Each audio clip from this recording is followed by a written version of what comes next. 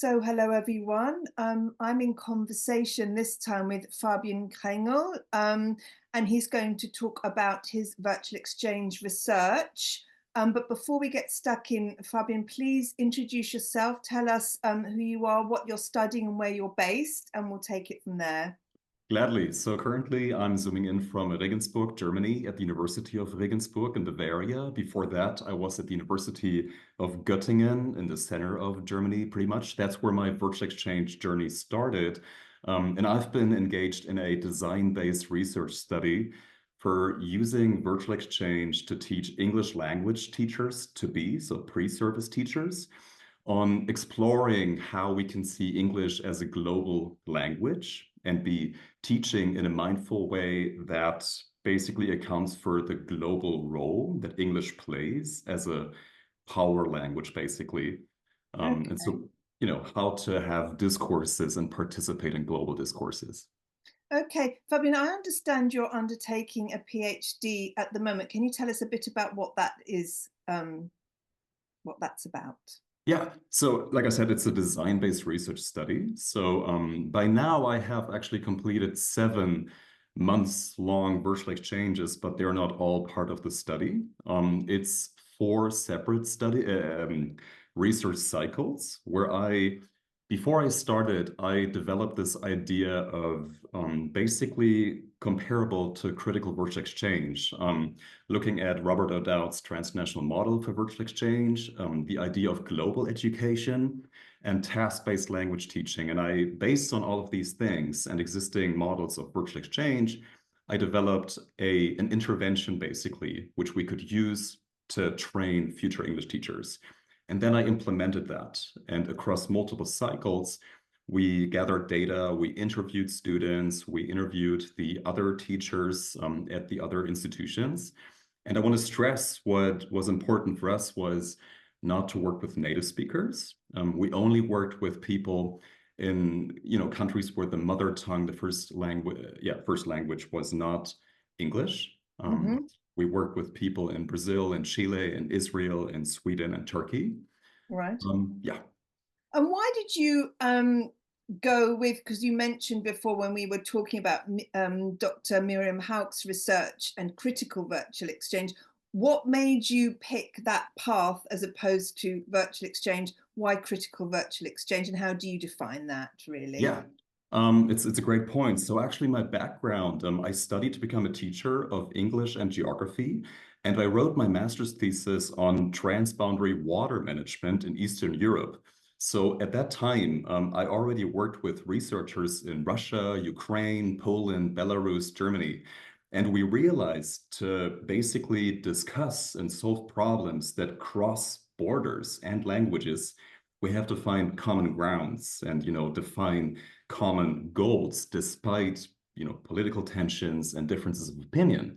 Mm. And so this kind of passion and idea of geographic thinking, seeing the world as interconnected, is part of what I saw mirrored in Robert O'Dowd's idea of transnational virtual exchange. Mhm. And I found it fit really well with our idea of using English because of its status as a lingua franca, a global language, Yes.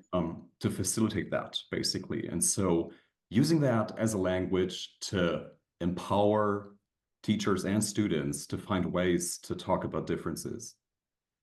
Going back a step, thank you for that. Going back a step, you mentioned you chose deliberately to work with non-native speakers of English. Of course, they outnumber native speakers of English by, I don't know, but colossally.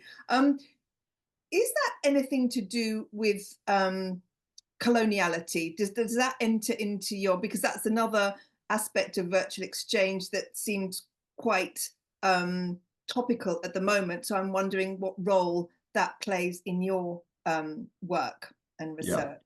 100%. It's we do acknowledge that part of the reason why English is so widely spread is because of colonialism, but we can use that status as a starting point to establish communication with people no matter where they are. And I think hierarchies, accounting for differences in language levels is really important. Of course, we still have that. I've seen that, working with my students in Germany and then Sweden and Turkey. Rarely were all the students on the same language level. That's just the nature of the beast, basically. But still, all of them realized they are not speaking in the same. They all are speaking in a commonly shared second or third language. Right. And so we kind of created this third space. So you're talking about different levels of English language. Of course, this happens. What do you do to address that issue, if at all? Do you allow the students to help each other, or do you put them into groups of similar levels, or do you allow, how does that work? Yeah, really good question. We try to basically, starting off, we try a bit more of a hands-off approach, and we try to give students the option of working with a local partner they feel comfortable with if they want that. So this way they can, have this person to hold on to basically locally. And then additionally, we encourage them, and like I said before the interview, we do video calls and asynchronous activities. Right. We do all of that basically. But we encourage them, if they realize there is difficulties, especially in, one-on-one or, small group video conversation, to also use other ways of communicating, to basically develop strategies. And these days, there's so many ways when you're in front of a computer to communicate.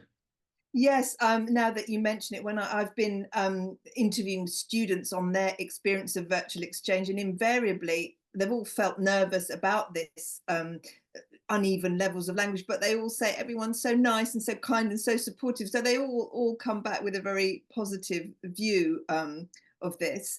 Can I ask, are your video conferences, is there much structure to your virtual exchange? I mean, what sort of learning outcomes and work do the students need to produce, just so that we can understand what the content and the structure is? Absolutely. We follow the three-step approach of icebreakers, comparison and analysis, and collaboration, which is very established.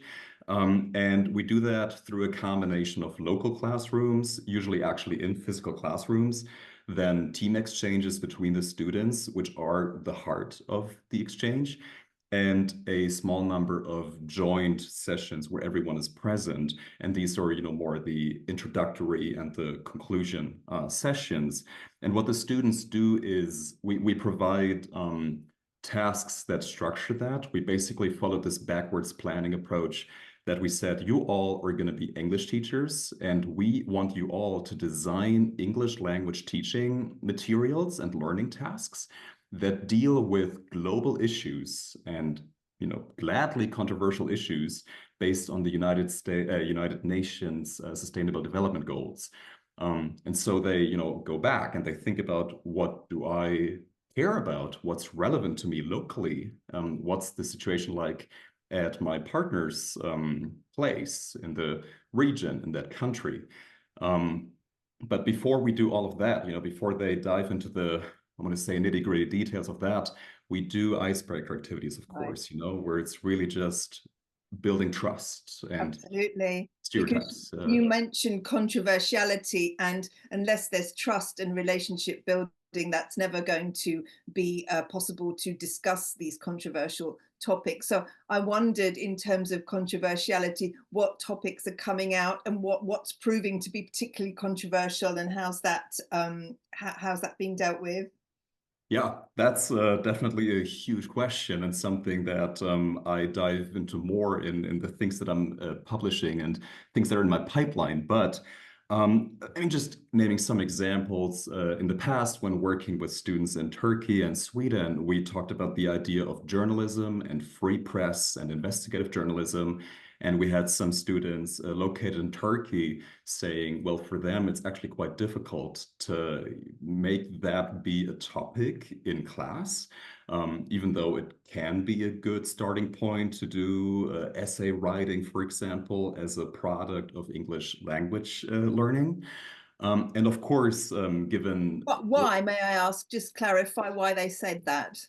right, well, because of potential repercussions For or them. repressions, if you know, there it has been the history of sanctions, basically, or different kinds of consequences if you are critical of, for example, the government. Sure. Okay. Okay. Exactly. And like as I hinted at, you know, the time we're in right now, and I'm located in Germany, and the situation in Israel, Palestine, of course, is something that we also had to and have to account for. Right. I've been working with partners there since 2021, when the Sheikh Jarrah incident in Jerusalem also occurred, you know, where we realized, and this is maybe one of the most important points, the need to listen and to, you know, be willing to just learn and you know, recognize things we don't know. I really like this approach of brave spaces. I'm not sure if you've heard it. It's by Arau and Clements, and it's this idea of finding a way to still talk about things, even if we feel like we don't know everything or we have a difference of opinions. Especially they have this, you know, instead of just agreeing to disagree, they call it controversy with civility. And so acknowledging that we may have different points of view, but also asking myself, where does my knowledge come from? Which group may I be a member of? Which history might I have? How Mm. has my education maybe influenced me? Um, and secondly, you know, in the safe spaces approach, we tend to say, don't take things personally. What I kind of prefer is to think about the intentions and the impact of my utterances. So sometimes students may have good intentions and they just want to learn more, but they may say things that may hurt the people they're talking to. And, you know, taking a step back and reflecting on that has proven very important. I'd really like to ask you about that, because with the Israeli-Palestinian situation at the moment, there isn't a lot of, objectively speaking, there's not a lot of listening going on, and there doesn't seem to be any solution in sight. So how is that manifesting itself in your online exchanges? Are the participants able to make use of that brave space? What are they doing with it? Yeah, excellent question. What I've seen is that generally in the beginning of the exchanges, there's a lot of resistance and wariness. It's Okay. students, you know, It's that word trust again, isn't it? that It's is it. Yeah, right. You know, it's not necessarily, you know, an unwillingness, but it's rather, it seems daunting, you know, like diving into that. And like I said, oftentimes students then say, I don't feel informed enough. So what we try to do is we provide reading materials, you know, for example, be it even literary texts, which I feel like can be such a great source of empathy building. You, of course, you know the danger of a single story TED Talk, and in that TED Talk, uh, Jamanda Ngozi Adichie, I probably butchered her name. She cites Mourid Barghouti, this Palestinian poet, and we actually then investigated. Well, who was he? Why did she choose to quote this person, and what's his story? And so, you know, we kind of try to take this individual approach and you know, art as a form of maybe sometimes distancing yourself a bit from some mm, things and, you know, creating a common space for talk. mm. It could give you permission to say things, couldn't it, if you take the art perspective? Exactly. It's a really, really interesting discussion. But Fabian, before I let you go, is there anything else you would like to add to this discussion before I let you go? Yeah, you know, again, there's so much more. I'm actually writing about this, so soon there will be more that people can read about that. But I think two things. First thing, the necessity of providing opportunities to leave the comfort zone, but then also to go back into safe reflection spaces, the local classroom, and including opportunities for anonymous reporting, having my students just share what's on their mind, if there's anything that's difficult, and be approachable. That's just really important. The second thing is, I really think, in my experience also, that virtual exchange can be this wonderful thing that connects people despite geographic distances, people who are not able to travel, and who are living in very under dire circumstances. Thank you so much, Fabian, for sharing this really, really interesting discussion. I could let it go on, but hopefully we'll talk again soon. Gladly, gladly.